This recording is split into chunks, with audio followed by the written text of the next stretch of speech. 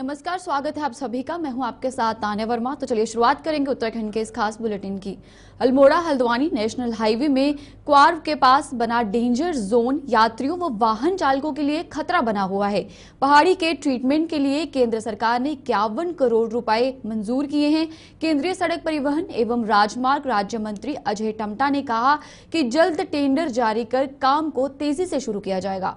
उन्होंने कहा कि पहाड़ी के निचले हिस्से के लिए पहले ही 17.14 करोड़ रुपए से काम चल रहा है। अब पहाड़ी वाले हिस्से का ट्रीटमेंट होगा। बताते चले कि बीते 6 महीने से अधिक समय से क्वार्व के पास मलबा और बोल्डर गिरने से ये मार्ग खतरनाक बना हुआ है। करीब 200 मीटर हिस्सा धंस चुका है। अल्मोड़ा, भागेश्वर और पिथौरागढ़ को जोड़ने वाला ये रास्ता कुमाऊं की लाइफलाइन माना जाता है। ये 17 करोड़ 14 लाख रुपए का टेंडर हमारा अवार्ड हो चुका है और जिस पे काम चल रहा है, जो कि रोड के नीचे का पार्ट है। रोड के ऊपर के पार्ट के लिए 51 करोड़ रुपया हमने स्वीकृत कर दिया है और उसका टेंडर की प्रोसेस चल रही है। कुछ दिनों में उसका टेंडर खुल जाएगा। तो दोनों जगह के काम, एक जगह 17 करोड़ के, एक जगह 51 करोड़ के कामों को तेज गति के साथ करेंगे, जिससे कि क्वार्व का जो भूस्खलन है वो रुक जाए। और वहीं पर से हमने एक सामने जो चौसली वाला क्षेत्र है, वहीं से हमने एक रोड नीचे ला के नदी के किनारे किनारे ले जाके, जिसमें एक पुल भी आएगा और 250 किलोमीटर का रोड आएगा। उसको स्टेट पीडब्ल्यूडी से हमने कहा है कि आप डीपीआर बनाइए, भारत सरकार उसके पैसे। कैबिनेट मंत्री रेखा आर्या ने मंगलोर के एसएमएआई गोदाम का दौरा किया। इस दौरान कैबिनेट मंत्री रेखा आर्या ने नारसन क्षेत्र के राशन डीलरों को ई मशीनें वितरित की। इस मौके पर खाद्य आपूर्ति विभाग के अधिकारियों सहित अनेकों भाजपा के नेता भी शामिल रहे। इस मौके पर पहुंची कैबिनेट मंत्री ने कहा कि सभी राशन डीलरों को पूरा राशन मिले, इसकी व्यवस्था जल्द ही की जा रही है। साथ ही राशन डीलरों के हित में जल्द ही कई कदम उठाए जाएंगे और सभी राशन कार्ड धारकों को पूरा राशन मिले, उसके लिए ही इन मशीनों का वितरण किया गया है।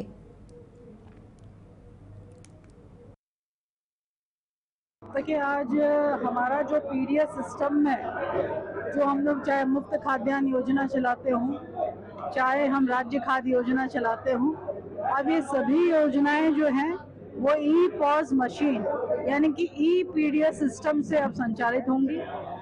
पायलट प्रोजेक्ट के रूप में अभी हम लोग हरिद्वार से इसकी शुरुआत कर रहे हैं और यहाँ उधम सिंह नगर से हम इसकी शुरुआत कर रहे हैं।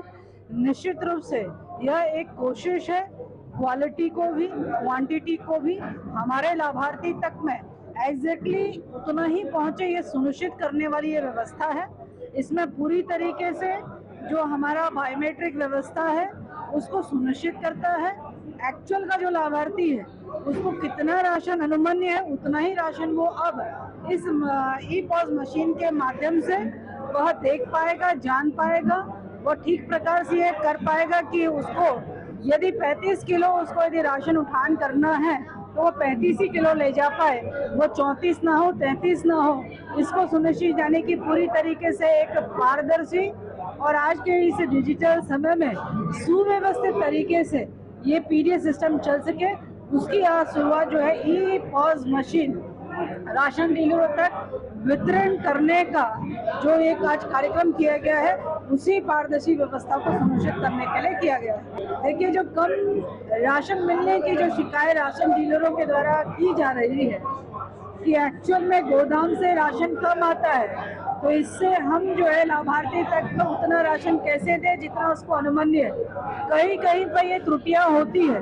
इन्हीं त्रुटियों को देखते हुए हम लोग डिजिटल व्यवस्था में गए हैं, यानी कि इलेक्ट्रॉनिक व्यवस्था में गए हैं, जहाँ इलेक्ट्रॉनिक वेइंग मशीन होगी, जहाँ एग्जैक्टली अब ये होगा कि गोदाम में भी कांटे लगे हैं, उस कांटे लगे गोदाम से जो हमारे 2 स्टेप डिलीवरी वाले जो हमारे हैं, जो राशन डीलरों तक राशन पहुंचाने का काम करेंगे, वह वहीं से तुलवा के यदि 35 किलो का राशन है तो 35 चलेगा और राशन डीलर तक जो है वो 35 की रिसीविंग राशन डीलर देगा। इसको सुनिश्चित कर रहे हैं ताकि वो वहीं पर उसको उस 35 किलो को वो नाप सके, ये व्यवस्था दे रहे हैं। इसलिए मुझे लगता है कि इसी घटतोली को खत्म करने के लिए ये ई पॉज मशीन की जो है भारत सरकार द्वारा शुरुआत की जा रही है, जो अपने हरिद्वार में आज हम लोगों ने शुरुआत करी है और उधम सिंह नगर में आज इसकी शुरुआत हो रही है। देखिए, धर्म कांटे निश्चित रूप से 6 गोदामों में जो अभी विषय आया है, हमारा पूर्व में निर्देश था कि 31 मार्च तक सब जगह धर्म कांटे लग जाने चाहिए। अभी विभाग के अधिकारियों का कहना है कि हमारे कांटे लगे हैं। निश्चित रूप से सामने से ये जवाब आया कि वहाँ पर अभी पूरे नहीं लगे हैं, तो वो हम उसको सुनिश्चित करा रहे हैं कि 100% लगे जाना चाहिए। और वैसे भी राशन डीलर के पास में तुला हुआ राशन ही आएगा, क्योंकि वो डायरेक्ट गोदाम से नहीं उठाते हैं। वो गोदाम से उठाने का काम जो है वो हमारे डोर स्टेप डिलीवरी जो है संबंधित व्यक्ति जो हैं वो उठान करते हैं और हमारे राशन डीलर तक पहुंचाते हैं। तो जो डोर स्टेप डिलीवरी वाले हैं उनसे वे वही रिसीविंग उनको प्राप्त करेंगे जितना राशन उनको प्राप्त होता है। देखिए, मुझे लगता है कि जो राशन आपने अभी यहाँ पे जो प्रेजेंटेशन देखा है कि फोर्टिफाइड राइस यानी कि पोषण युक्त राशन है, वो फोर्टिफाइड राइस में आयरन भी है, मिनरल भी है, विटामिन B12 भी है। तो उसके जो दाने होते हैं, तो कई लोगों को ये भ्रांतियां हैं कि वो दाने जो है किसी न किसी रूप में जो है वो सही नहीं है, उसको लोग पानी में छान के बाहर निकाल भी देते हैं। तो ये केवल उतनी भ्रांति है। बाकी मैं समझती हूँ कि आज तक अध्ययन के मामले में कि हमें गलत चावल मिला है या हमें गलत गेहूँ मिला है, इस प्रकार की कोई शिकायत। मुख्य सचिव आनंद वर्धन ने सचिवालय में डिजिटल फसल सर्वेक्षण एवं किसान पंजीकरण के संबंध में अधिकारियों के साथ बैठक ली। इस अवसर पर भारत सरकार के कृषि एवं किसान कल्याण मंत्रालय में chief knowledge advisor Rajeev Chawla भी उपस्थित थे। मुख्य सचिव ने अधिकारियों को डिजिटल फसल सर्वेक्षण में तेजी लाए जाने के निर्देश दिए। उन्होंने कहा कि सर्वेक्षण के लिए समय सीमा निर्धारित की जाए।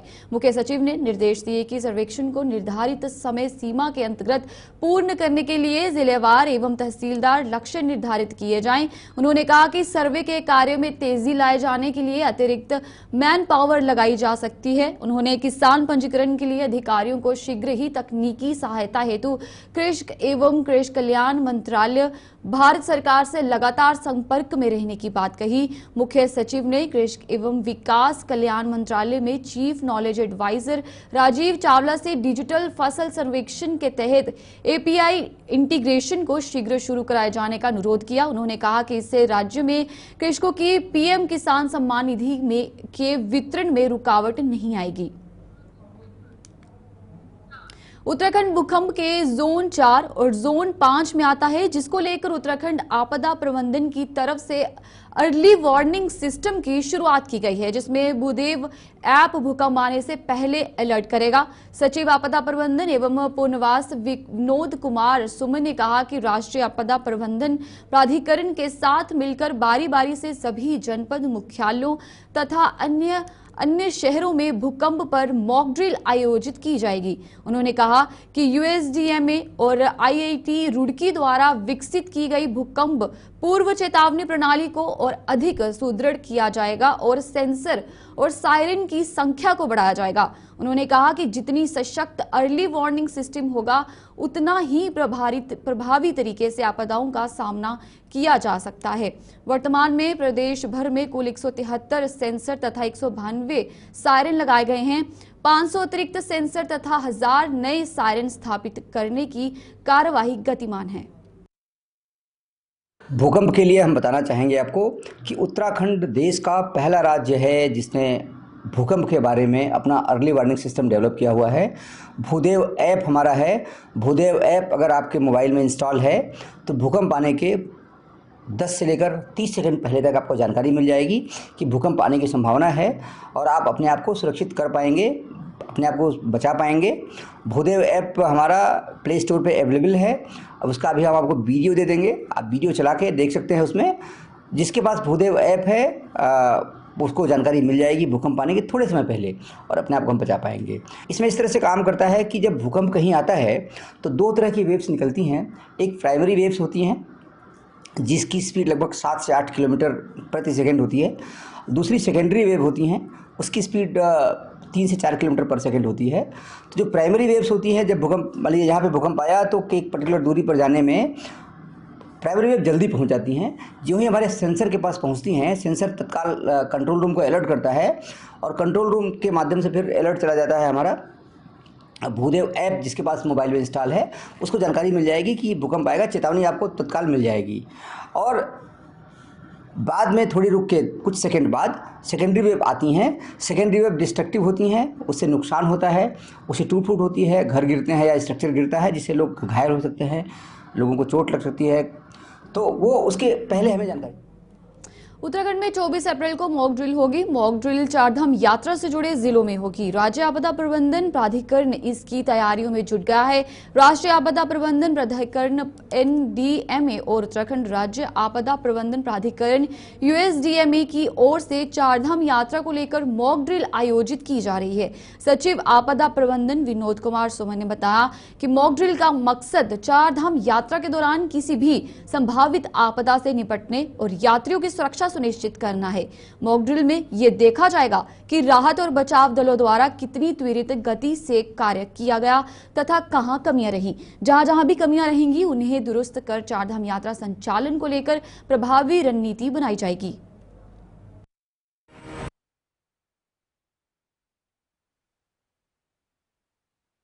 हम लोग 24 तारीख को मॉक ड्रिल आयोजित कर रहे हैं चारधाम यात्रा के बारे में। इसके लिए हमको NDMA का पूरा सहयोग मिल रहा है और इस मॉक ड्रिल में हम जितने भी डिपार्टमेंट्स हैं सबको शामिल करेंगे। सभी जिलाधिकारी रहेंगे, सभी SP SSP रहेंगे और जो लाइन डिपार्टमेंट्स हैं जिनको चारधाम यात्रा मार्ग पे जो काम करते हैं सबको रख के हम अलग अलग जगह अलग अलग सीन क्रिएट करेंगे, अलग अलग समस्याएं पैदा करके देखेंगे कि उसका रिस्पांस किस तरह से रहता है, विभाग किस तरह से रिस्पांस करते हैं और किस तरह से कार्य करते हैं, कहाँ पे कमियां रह जाती हैं। तो जो कमियां होंगी उसके बारे में एक्सपर्ट्स हमारे सुझाव देंगे ताकि एक्चुअल में अगर कहीं समस्याएं पैदा होती हैं चारधाम यात्रा के दौरान तो उससे हम निपट सकें। उत्तराखंड में मौसम को लेकर मौसम विभाग ने पूर्वानुमान जारी किया है। मौसम विभाग ने प्रदेश उत्तराखंड के उत्तरकाशी, चमोली, रुद्रप्रयाग, टिहरी, बागेश्वर, अल्मोड़ा, देहरादून, पौड़ी, नैनीताल और चंपावत समेत कुमाऊं मंडल के विभिन्न जिलों में तेज हवाओं के साथ साथ बारिश होने की संभावना जताई है। इसको लेकर मौसम विभाग ने ऑरेंज अलर्ट भी जारी किया है। बुधवार को टिहरी जिले के कुछ हिस्सों में ओलावृष्टि हुई है। इसके अलावा श्रीनगर, उत्तरकाशी, चंपावत और पिथौरागढ़ में बारिश हुई है। मौसम विभाग के मुताबिक श्रीनगर में बुधवार सुबह से 16 मिलीमीटर और पिथौरागढ़ में 14.9 मिलीमीटर बारिश हुई है। इन जिलों में आज भी तेज हवाओं के साथ बारिश के आसार रहेंगे। इसके अलावा मौसम विभाग ने मैदानी जिलों हरिद्वार और उधम सिंह नगर में बारिश, तेज हवाएं चलने का येलो अलर्ट जारी किया है। जिलाधिकारी सविन बंसल ने स्मार्ट सिटी के अंतर्गत कुठाल गेट, साइन मंदिर, दिला राम चौक के साथ ही विभिन्न क्षेत्रों का निरीक्षण किया। मानसून से पहले सभी कार्य पूर्ण करने के निर्देश दिए। उन्होंने विभागीय अधिकारियों को कार्य की गुणवत्ता और समय से कार्य पूर्ण करने के साथ ही साइन बोर्ड लगाने के भी निर्देश दिए, जिससे कि पर्यटकों के साथ ही आप लोगों को भी परेशानी का सामना न करना पड़े। मानसून के दौरान जलभराव वाले क्षेत्रों में मरम्मत कार्य करने के भी निर्देश दिए। चारधाम यात्रा और पर्यटन सीजन को लेकर DM ने बताया कि यात्रा सीजन और पर्यटन सीजन को लेकर सभी तैयारियां पूरी हो चुकी हैं। उत्तराखंड आने वाले यात्रियों और पर्यटकों की सुविधा को देखते हुए संबंधित अधिकारियों को निर्देशित किया गया है कि यात्रा सीजन और पर्यटन सीजन के दौरान व्यवस्थाएं दुरुस्त रखी जाएं। कुछ जगहें ऐसी चिन्हित की थी जो हमारे वल्नरेबल पॉइंट्स हैं ट्रैफिक सुरक्षा को लेकर। बहुत अत्यधिक मात्रा में कम्यूटर्स और व्हीकल्स का आवाजाही होती है वहाँ से, और हमारे जो फ्लोटिंग पॉपुलेशन है उनके रूट में भी ये पॉइंट्स इनएविटेबली पड़ते हैं। जैसे हमारे कुठाल गेट है, साई मंदिर है, दिलाराम है, तो यहाँ पर हमारा डुअल पर्पस था कि स्थानीय कल्चर में हमारी जो हेरिटेज है, संस्कृति है, उसको भी हम प्रमोट करें सस्टेनेबल मटेरियल से, और साथ ही हमारा traffic regulation point of view से भी यहाँ पर विकास हो जाए। जैसे चौक्स हमारे डेवलप हो जाएं, कोई हमको ऑल्टरनेटिव रोड के लिए स्थान मिल रहा है तो ऑल्टरनेटिव रोड हमारी कार्व आउट हो जाए। जैसे यहाँ पर हम एक स्लिप रोड कार्व आउट करवा रहे हैं जिससे हमारा ट्रैफिक ईज आउट हो जाएगा और एक्सीडेंट्स भी हमारे न्यून हो जाएंगे। इसी तरह से हमारा साई मंदिर चौक पे एक हम वहाँ पर भी इसी तरह की इंटरवेंशंस करवा रहे हैं कि चौक्स डेवलप हो जाएं, ट्रैफिक स्लो हो जाए और हमारा स्थानीय कल्चर प्रमोट हो जाए। वहाँ पर बेसिकली मार्टियर्स को हमारे श्रद्धांजलि देने के लिए मेमोरियल भी बनाया जा रहा है और स्थानीय संस्कृति को प्रमोशनल का एवेन्यू भी बनाया जा रहा है। ऐसे ही हमारा जो दिलाराम है, दिलाराम में हमारे पावन महासू देवता की थीम पर डिज़ाइन किया जा रहा है और साथ ही अत्यधिक मात्रा में म्यूरल्स भी रहेंगे और जिससे वहाँ पर जो लोग हैं वो अप्रिशिएट कर सकेंगे संस्कृति को, कल्चर प्रमोट होगा और एक सेल्फ ड्रिवन फीलिंग्स जनरेट होगी कि इस स्थान को हमें साफ रखना है, स्वच्छ रखना है और सुरक्षित रखना है, यहाँ पर स्लो होना है, उससे एक्सीडेंट्स भी हमारे न्यून होंगे। और फोर्थ पॉइंट जो हमारे मुआयने का आज है वो है ISBT ड्रेनेज, जो ऑनरेबल CM का प्रायोरिटी एरिया है, फोकस एरिया है। वर्षों से वहाँ पे देखा जा रहा है कि जल भराव होता है और वहाँ पे लोकल्स को, टूरिस्ट को, हमारे श्रद्धालुओं को चारधाम यात्रा में बहुत परेशानियों का सामना करना पड़ता है और उसका कोई स्थायी समाधान नहीं निकल पाया था। उसके लिए भी हमने एक ड्रेनेज रूट प्लान करके जब 3-4 ऑप्शंस पे वर्कआउट किया तो फाइनली फिर एक हमको रूट सुलभ लगा था और सभी स्टेक होल्डर्स के साथ समन्वय करके GIS कोऑर्डिनेट्स एक्सेट्रा सभी मापदंड पर अवलोकन करते हुए फाइनलाइज किया गया और आज उस पर काम चल रहा है। उसका भी आज मुआयना रखा गया और उसका हमारा लक्ष्य है कि इस मानसून से पहले एटलीस्ट ड्रेनेज वाला जो कार्य है हमारा वो समाप्त होना चाहिए ताकि जल भराव की जो स्थिति है वहाँ पर हमारे बुज़ुर्ग, महिला, बच्चे सभी अत्यधिक मात्रा में आवाजाही करते हैं, उनकी जो समस्या है। बदलते मौसम को देखते हुए राजधानी देहरादून में डेंगू और मलेरिया से लड़ने के लिए स्वास्थ्य विभाग ने तैयारियां कर ली हैं और विभाग की टीम भी सतर्क हो गई है। इसको लेकर देहरादून के मुख्य चिकित्सा अधिकारी डॉक्टर मनोज कुमार शर्मा ने बताया कि डेंगू को लेकर मार्च माह में विभाग की बैठक की गई थी, जिसमें ये निर्देश दिए गए थे कि जो डेंगू से लड़ने के लिए जरूरी उपकरण हैं वो विभाग के पास उपलब्ध होने चाहिए और 15 अप्रैल तक ये तैयारी पूरी कर ली जाए। उन्होंने कहा कि प्लेटलेट्स और खून की उपलब्धता के लिए ब्लड बैंक्स से समन्वय बनाया जाएगा, वहीं पैथोलॉजी लैब्स के साथ भी बैठक की जाएगी ताकि मनमानिक तरीके से टेस्ट के चार्ज ना लगा जाएं। देखिए, इसको डेंगू को लेकर के मार्च माह में हमारे द्वारा जो है सभी अपनी विभागीय बैठक है उस संबंध में कर ली गई है और जिसमें कि ये निर्देश दिए गए हैं कि हमारे जो जरूरी उपकरण होते हैं, जो हमारी लॉजिस्टिक होता है, जो हमें चाहिए होता है डेंगू से लड़ने के लिए, वो पहले देख लें कि वो सभी हमारे पास में प्रचुर मात्रा में उपलब्ध है कि नहीं है। जिसमें कि हमारे पास मॉस्किटो नेट है, ऑल आउट है, हमारे पास मॉस्किटो रिपेलेंट क्रीम है, और जो हम फ्लिंट जो मशीन होती है इससे स्प्रे करते हैं वो नहीं है, जो फॉगिंग मशीन है वो पर्याप्त मात्रा में नहीं है, जो उसमें जो केमिकल्स भी होते हैं वो सभी पर्याप्त मात्रा में है कि नहीं है। तो ये सब तैयारियां हमने ये पूरा महीना अभी 15 अप्रैल तक मैंने बोला है कि अपनी सब तैयारियां इसमें संबंध में पूरी कर लें और जल्दी ही मैं फर्स्ट वीक में ही वापस एक इंटर डिपार्टमेंटल बैठक भी जो हमारा समन्वय बैठक जिसे कोऑर्डिनेशन बैठक कहते हैं वो करूँगा, जिससे कि अन्य विभागों के साथ में किससे समन्वय बनाकर काम करना है। जो प्राइवेट चिकित्सक हैं हमारे उनके साथ भी हम बैठक करेंगे कि जो ब्लड बैंक है वहाँ पे जो प्लेटलेट सेपरेटर जिनके यहाँ पर हैं, ताकि प्लेटलेट्स की उपलब्धता लगातार उसमें बनी रहे, तो उनके साथ भी समन्वय बैठक हम करेंगे। और उसके अलावा जो पैथोलॉजिकल लैब है जो जांच करती हैं उनके साथ भी बैठक करेंगे कि किसी तरह का अलग अलग जो रिपोर्ट के लिए जो पैसा चार्ज करते हैं कहीं पे भी गलत तरीके से कोई किसी को उस पैसा चार्ज ना किया जाए और कोई पैनिक वाली स्थिति भी ना हो और गलत रिपोर्टिंग भी ना हो और एक ही माध्यम से नोटिफिकेशन हो डेंगू का, सिर्फ हमारे माध्यम से, किसी को अन्य माध्यम से ना, जिससे लोगों को पैनिक इस संबंध को लेकर। विकासनगर के डाक पत्थर क्षेत्र में नदी नाले खाले की जमीन पर किए गए कब्जों को लेकर प्रशासन का पीला पंजा डाक पत्थर क्षेत्र में देखने को मिला। भारी पुलिस बल की मौजूदगी में इस कार्य को अंजाम दिया गया। अवैध अतिक्रमण को ध्वस्त करने के लिए प्रशासन के अधिकारियों को ग्रामीणों के विरोध का भी सामना करना पड़ा। आपको बता दें कि हाईकोर्ट के आदेश अनुसार अभी एक दिन पूर्व विकासनगर के नवाबगढ़ और भीमावाला में लगभग 10 मकान ध्वस्त किए गए थे, जबकि डाक पत्थर क्षेत्र में 16 मकान को ध्वस्त किया जा चुका है। तहसीलदार विकासनगर विवेक राजौरी ने बताया कि कार्रवाई लगातार चलती रहेगी और नदी नाले खालों की जमीन पर किए गए कब्जे हटाए जाएंगे। डाक पत्थर में 16 मकान तोड़ चुके हैं, उनका ध्वस्तीकरण कर चुके हैं। इससे पूर्व 2 दिन पूर्व जो है नवाबगढ़ और भीमावाला में कार्रवाई की गई थी, जिसमें 10 मकानों का ध्वस्तीकरण किया गया था। अभी भी कार्रवाई जारी है? जी बिल्कुल, अभी कार्रवाई गतिमान है, कार्रवाई चल रही है और आगे भी गतिमान रहेगी।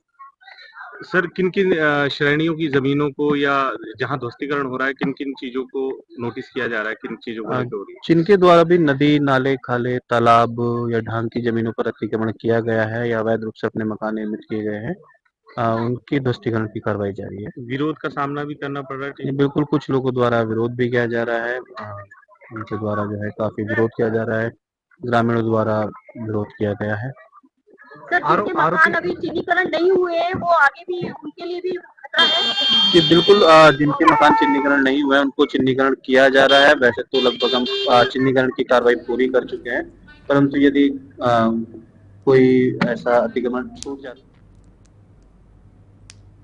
चलिए उत्तराखंड के इस खास बुलेटिन में फिलहाल इतना ही। मुझे दीजिए इजाजत। नमस्कार।